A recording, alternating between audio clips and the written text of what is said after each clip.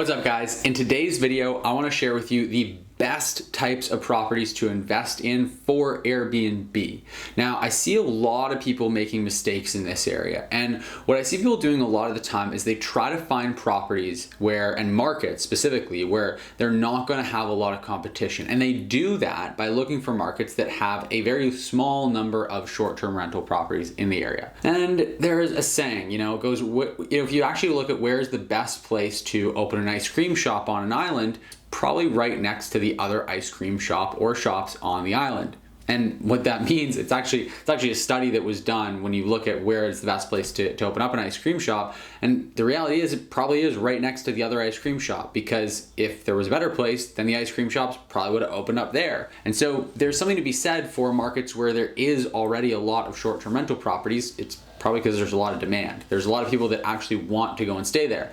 And so if you go look at that market that only has 10 other short-term rentals, sure, you might luck into an untapped market where there's all this opportunity that nobody has ever realized before, but probably not. You're probably just gonna go and buy a property in a market that nobody wants to buy a property in because nobody wants to book properties there. They're just not good. You probably are just gonna get yourself into a bad market.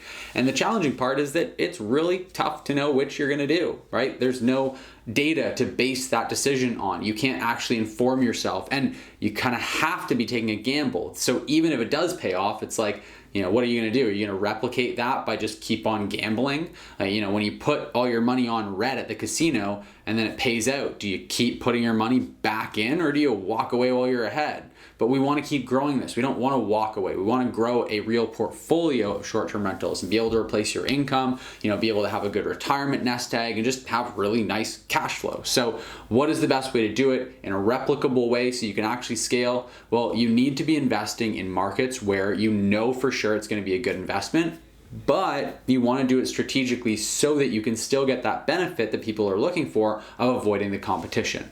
So how do you do that? Well, you want to go into the right markets for starters, and then you need to buy the right properties. So let's talk about each, and I want to share with you at the end of this video the specific type of property I'm talking about within those markets. But before we do that, we have to talk about the right market first, because if you buy the right property in the wrong market, then you're not going to end up getting very good results at all.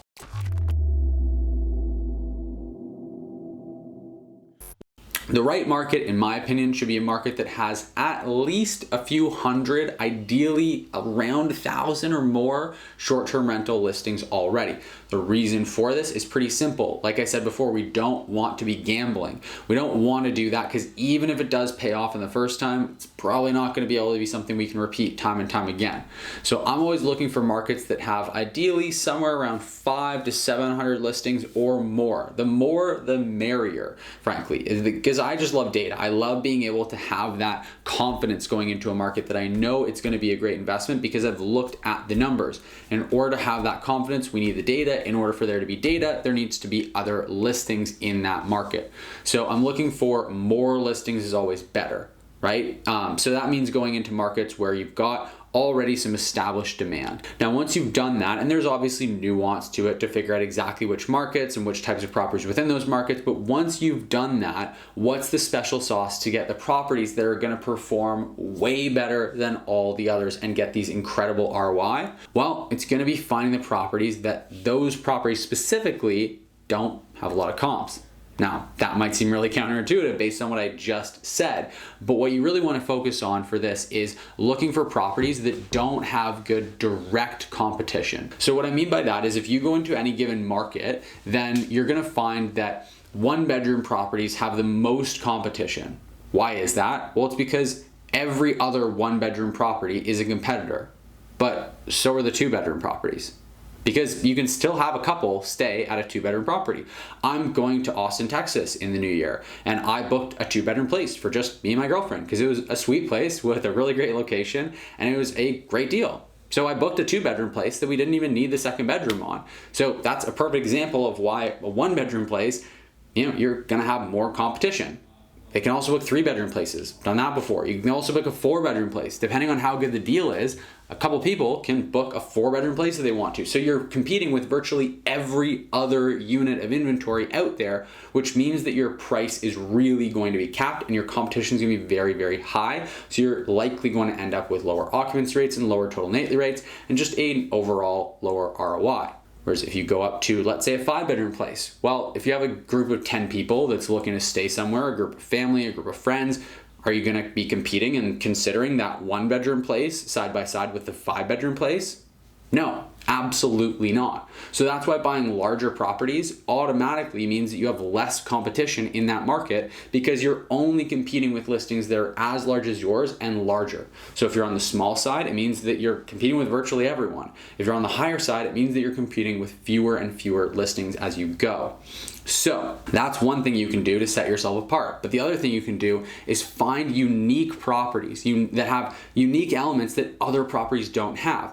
So for example, one thing I did recently that I really like doing.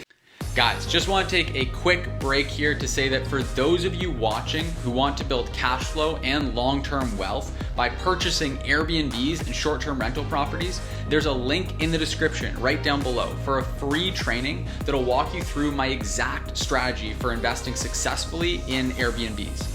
Now, if you're not ready to actually buy properties and you want to get started managing other people's properties on Airbnb, the same way I got started, and build a full-time income managing other people's properties, there's actually another free training linked in the description down below as well that'll be a really great fit for you. So whether you want to invest in short-term rental properties and actually build amazing cash flow and long-term wealth by acquiring the assets, buying the properties themselves, or you're looking to earn a full-time income managing other people's properties on Airbnb, we've got some awesome trainings that are linked in the description down below that'll definitely help you out. When you sign up for the trainings, we're also going to send you a few other tools and resources completely for free just to help you get started. Again, the links to sign up are in the description down below, and both trainings and all the tools are completely free. So make sure to register for the trainings, links in the description down below. So for example, one thing I did recently that I really like doing is I bought a property that was about a 5 to 10 minute drive away from a local ski hill. So it's in this area where the ski hill isn't this huge main attraction. It's definitely a summer focused market, but this ski hill does help to smooth things out and get more bookings in the down season. I was able to have a $10,000 month in January when I was expecting, and most properties in the area would only do about a $4,000 month because I have the ski hill. Now that's really great because there's only so many properties within a radius of this ski hill. It's not a massive ski hill, it's not super popular, it's a relatively small one, but there's only so many properties nearby to it. And so naturally, there's just gonna be less and less competition. There's not like they're popping up more properties everywhere. And so if people want to go and stay at that ski hill, there's fewer options.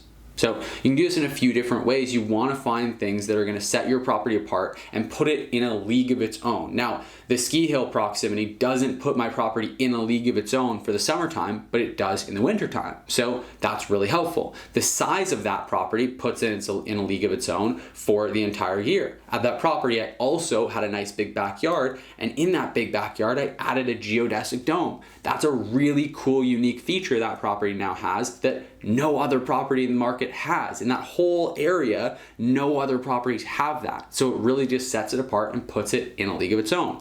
We also added a hot tub and a sauna. We added a little movie theater in the basement. There's these things that we can do to put the properties in a league of their own. So that's really what you want to focus on is, sure, add the amenities like board games, yard games, great kitchen amenities, things like that are going to get the property good reviews, that are going to make sure people are happy. But all of that stuff is relatively standard and it's pretty low barrier to entry for anyone else that wants to do that. So you're not really setting yourself massively apart from the competition by doing those things. Again, not to say they're not important to do, but that's not a big differentiator for you. The big differentiators are the things that you're going to look for when you're buying that property that are going to set it apart in a league of its own.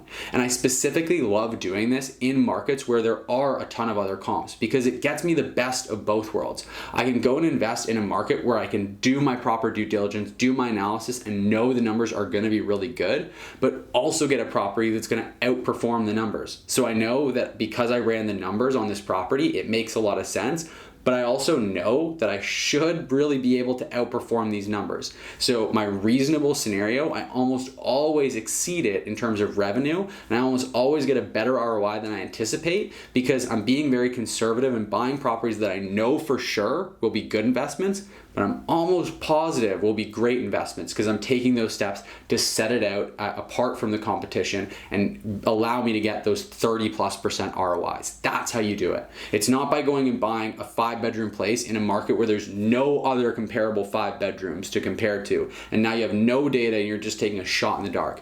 It's by buying that 5-bedroom in a market where there's lots of other 5 bedrooms and you can see the competition, you can see the market and see and make sure the numbers check out, but then doing things to make that 5-bedroom stand out. So already you're not competing with all the 4-bedroom and lower properties, and also you're now doing things to make it stand out and beat out the competition. Now, the 5-bedroom thing, I think a lot of people get caught up on because I've noticed that I mention it in a lot of my videos that I tend to like larger properties, cottage properties, and I want to be clear that I'm not saying by any means that you have to go and buy a 5-bedroom property or you have to go and buy a cottage property and that those are the only types of properties that work. That's just an example I use because it's one of the things that we do in the markets that we invest in is focus on those types of properties. But you can apply the same exact thinking, the same exact framework to other markets and other types of properties. So don't get too caught up in just thinking 5-bedroom, that's where I want to go, because I've seen people do that and I've talked to people who have watched my videos and think that way, and it doesn't necessarily make sense in every single market, right? You just want to focus on what's best for your market. That's why I started with the market, and this is just an example, but what you really want to do is buy a property that has good, strong comps, but that also has unique features and factors about it that allow it to really stand out for the competition. So I think probably the easiest way to communicate this, now that I'm kind of putting this all together, is really what you want to do is stand apart from the competition. And I think a lot of people focus on going investing in markets where there's no competition, and what you instead want to do is get the best of both worlds. Invest where there is competition so you can do that due diligence, but do things to set your listing apart so you can beat the competition. So that's my thoughts. Let me know yours in the comment section down below. If you like this video, if you just enjoyed it, got value from it, then hit the like button. Make sure you give me some love on this video. It helps to get these videos in front of more people, which obviously is a big goal of mine. I want to make sure that more people can learn about short-term rental investing. So please take a half a second out of your day and just click that like button. I really do appreciate it. And if you're new here, you're not yet subscribed, make sure you hit the subscribe button as well to stay up to date with the 2 new videos you post every single week. All that being said, thanks so much for watching this video, and I'll see you in the next one.